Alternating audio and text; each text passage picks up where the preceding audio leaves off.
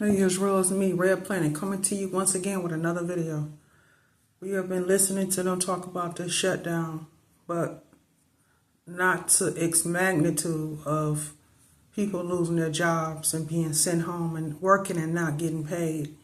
And this is going to affect the stock market tremendously, and it's going to even maybe cause the stock market to crash if it continues to go on. So let's hear what he got to say. Let's get into it, Israel. Let's see what's going on. 34,000 employees. This is roughly half of their entire workforce due to the recent government shutdown. IRS also announced on Wednesday that it's furloughing more than 34,000 employees. That's roughly half their workforce and could mean the closure of taxpayer call centers. CNBC calls this the first major agency hit as funding runs out, while The Guardian warns that taxpayer services are grinding to a halt. Politico reports that 46% of IRS operations are suspended, which means that no one is there to process returns, answer phone calls, or handle audits. The shutdown is also hitting the IRS hard, with nearly half of its workforce now furloughed. About 39,000 employees will remain on the job under a new Treasury plan. Comes just a week before the tax filing extension deadline. And this isn't just about taxes. This shutdown is freezing data, stalling paychecks, and pushing the U.S. economy towards another multi-billion-dollar setback. It's October 2025, and once again, political gridlock in Washington has turned into a crisis for everyone else. After lawmakers in Washington failed to break a stalemate again yesterday, the government shutdown is now entering into its 9th day. But what's really going on behind the scenes? How did we get here? And what does this mean if this continues to go on for much longer? So let's break this down. What is actually happening right now? The short version, Congress failed to pass a funding bill. Yes, sir. Wherewithal is right there with us on our wellness journey together. So let's break this down. What is actually happening right now? The short version, Congress failed to pass a funding bill. Every year, lawmakers are supposed to agree on how to fund government. Everything from defense to healthcare, to agencies like the IRS and the FAA. But when they don't, money stops flowing. And by law, tens of thousands of federal workers have to stop working. That's why the IRS just sent home 34,000 workers, roughly half of their entire staff. Nearly half of the IRS staff has been furloughed as part of the agency's new shutdown contingency plan. Some are considered essential, like air traffic controllers and border security. They still work, but without pay until Congress cuts a deal. Right now, it's day 9 of the government shutdown, another day of no progress on Capitol Hill. Meanwhile, we're fast approaching the October 15th date where military members will miss out on their first paycheck. Others are considered non-essential, which means they cannot work and they have to be sent home without pay. So they are literally locked out of a job. The problem is, the more this goes on, the more it will ripple out through the U.S. economy. Government workers, they miss paychecks. Contractors stop getting paid. Tax refunds and business loans are delayed. Even basic things like small business permits and housing programs freeze up. We have seen this before. The last major shutdown between 2018 and 2019 lasted 35 days. It cost the U.S. economy $11 billion, and roughly a quarter of that was never recovered. Cost of the federal government shutdown is $11 billion. There is a $3 billion permanent hit to economic activity that will not be recouped. This one is shaping up to be the second largest government shutdown in U.S. history, if things keep going the way that prediction markets suggest. Kalashi, the political prediction exchange, show that traders are betting heavily that this will last at least 20 days, meaning that real economic pain could start to spread well before Washington even notices. So yes, it's definitely political theater, but for millions of Americans, it's starting to feel like real life. Every single week, the government shutdown continues its costing the American people real money. JP Morgan estimates that every week that this continues will cost the U.S. 10 to 20 basis points from GDP growth. That might not sound like a lot, but stretch it out over a month, and you're talking about billions of dollars in lost output. The biggest hit comes from government workers missing paychecks. There are over 2 million federal workers, and when they are not paid, they're simply not spending money.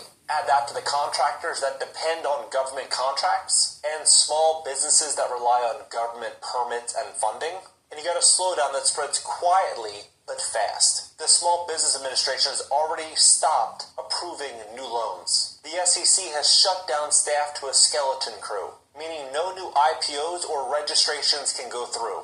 Even FHA home loans are getting delayed and first-time buyers are left in limbo. The FHA, which is the government insurer of home loans and it's part of HUD, it is operating on a skeleton staff. Lenders do get automated loan numbers from FHA, but if there are any problems, they're not likely to get anyone on the phone very fast, and that could delay some closing. Meanwhile, investors are flying blind.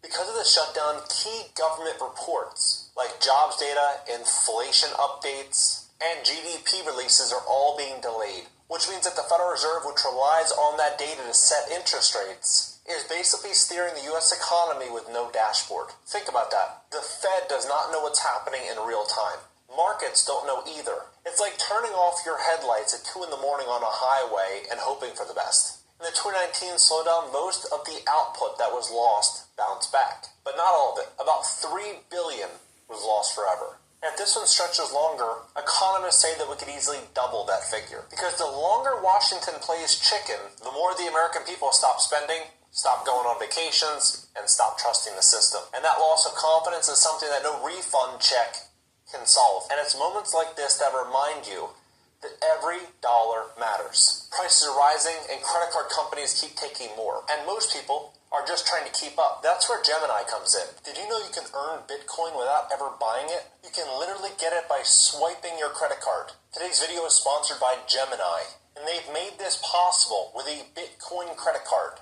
The Bitcoin credit card offers instant Bitcoin rewards on every purchase with no annual fee. Check out the description with more info on rates and fees. You can get up to 4% back on gas, transit, and rideshare. 3% on dining, 2% on groceries, and 1% on everything else. And here's why earning something that holds value matters. Right now, credit card debt in the U.S. just hit $1.21 trillion, and the average APR for those carrying a balance is 22%. That's money going straight to interest instead of back in your pocket. With the Bitcoin credit card, every purchase has the potential to work for you instead of against you. It's simple. Use it like any other credit card. But instead of points or miles, you get crypto deposited directly into your Gemini account. Bitcoin rewards earned and held for 1 year on the Gemini credit card have appreciated 277% on average. You are investing as you spend, truly a no-brainer. To sign up for the card, head to Gemini.com/John and get $200 in Bitcoin when you spend $3,000 in the first 90 days. Click the link in the description or go to Gemini.com/John to apply and start earning instantly. Shutdowns don't happen all at once. They spread like a slow wave. The first people to feel it are federal workers, TSA agents, IRS employees, park rangers, over 2 million Americans across the country that suddenly stop getting paid. Shutdown is affecting hundreds of thousands of federal workers who are going without pay, and the IRS says it plans to furlough more than 34,000 employees, effectively shuttering taxpayer call centers. They still have rent. They still have groceries, but their paycheck frozen until Washington sorts this out. At airports, air traffic controllers and TSA agents are still on duty. They're essential, but without money. Arm yourself and avoid unwanted calls. Pin Verified's reverse phone search is a powerful. And TSA agents are still on duty. They're essential, but without money. Completely unpaid. Well, among the essential workers still on the job during a shutdown are air traffic controllers. We know how stressful their jobs are on a daily basis, but add to that the uncertainty of not knowing when they'll see their next full paycheck. And history shows what happens next. Morale drops. Sick calls spike. So we're tracking sick calls, sick leave, and have we had a slight tick up in sick calls? Yes. And within a few weeks, you start seeing delayed flights and cancellations just because of the staffing shortages. Nobody wants to work for free. Staffing issues at some air traffic control towers are growing amid the ongoing government shutdown. Last night, 21,000 flights were delayed this week. Transportation Secretary Sean Duffy is saying 53% of those delays were caused by sick calls. 2019 shutdown led to major airport delays, CNN. Then you got the WIC and SNAP programs, which feed millions of low-income families. Federally funded program for women, infants, and children provides aid to more than 6 million low-income families to help cover expenses for food breastfeeding support, health education, and more. The USDA says funding for WIC could run out in the matter of a few weeks if the shutdown continues. Millions of people who rely on food stamps and family aid through federal programs could be at risk of losing assistance during the shutdown because funding was cut off September the 30th. And some states are already scrambling. So they know precisely what they're doing, Israel. This is not something that they just thought of.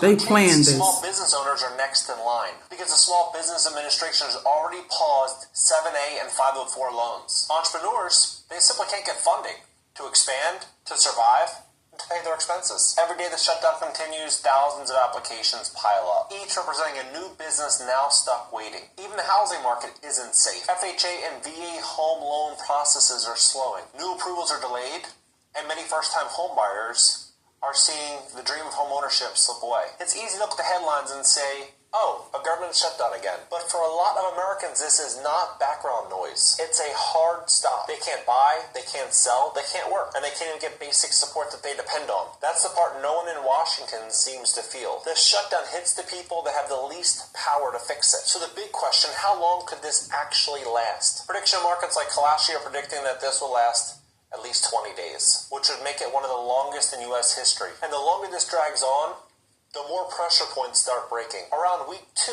you'll start hearing about unpaid military families. On day 9 of the federal government shutdown, military members are now just 6 days away from going without their first paycheck. By week 3, airports will start to feel the strain, delays spike, and public pressure skyrockets. Then hit the real pain, missed paychecks, data blackouts in markets reacting to uncertainty. And that's usually when Washington will start to cave. Historically, shutdowns end not when politicians find a common ground, but when voters start screaming that they've had enough. So whether the last 2 weeks or a month, the longer this goes on, the louder the music inside this political theater. The more expensive the political theater. And the more that this market is going to crash, and they know it's going to crash. This is the whole purpose of them setting this up for a crash.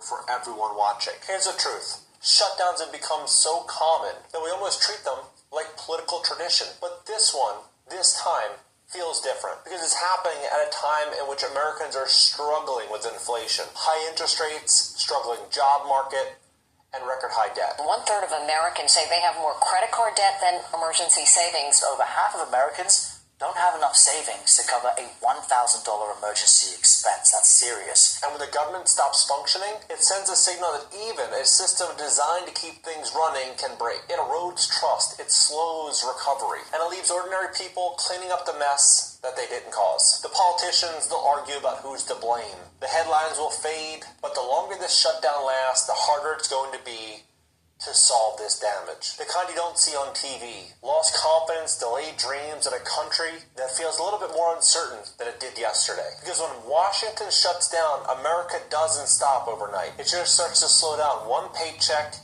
one loan, and one family at a time. How do you believe this whole situation will shape up? Do you think this will become the longest government shutdown in U.S. history? Or do you think we're going to resume in about a week or 2? And if so, do you think this will just be another big story that's forgotten? To me, this time feels a little bit different. We are in a very unstable world where we're used to insanity. The last 4 or 5 years has been one crazy event after the next, and it just kind of feels like things are gradually getting a little bit worse, a little bit worse, a little bit worse, a little harder. It feels like we're building up to something, and I wonder if this is going to be that big build-up, that big event where we're going to start seeing countries around the world looking at America a little bit differently, looking at the reserve currency a little bit differently. Look at what's happening right now with gold. Gold is skyrocketing. Why? Because uncertainty is high. And I think America is right in the center stage of this uncertainty. And I think we're going to watch a really, really, really big show. But I'm curious, what do you see happening here? Let's have a conversation about this below. And for more information on today's sponsor, you can click the link in the description. Catch you next video.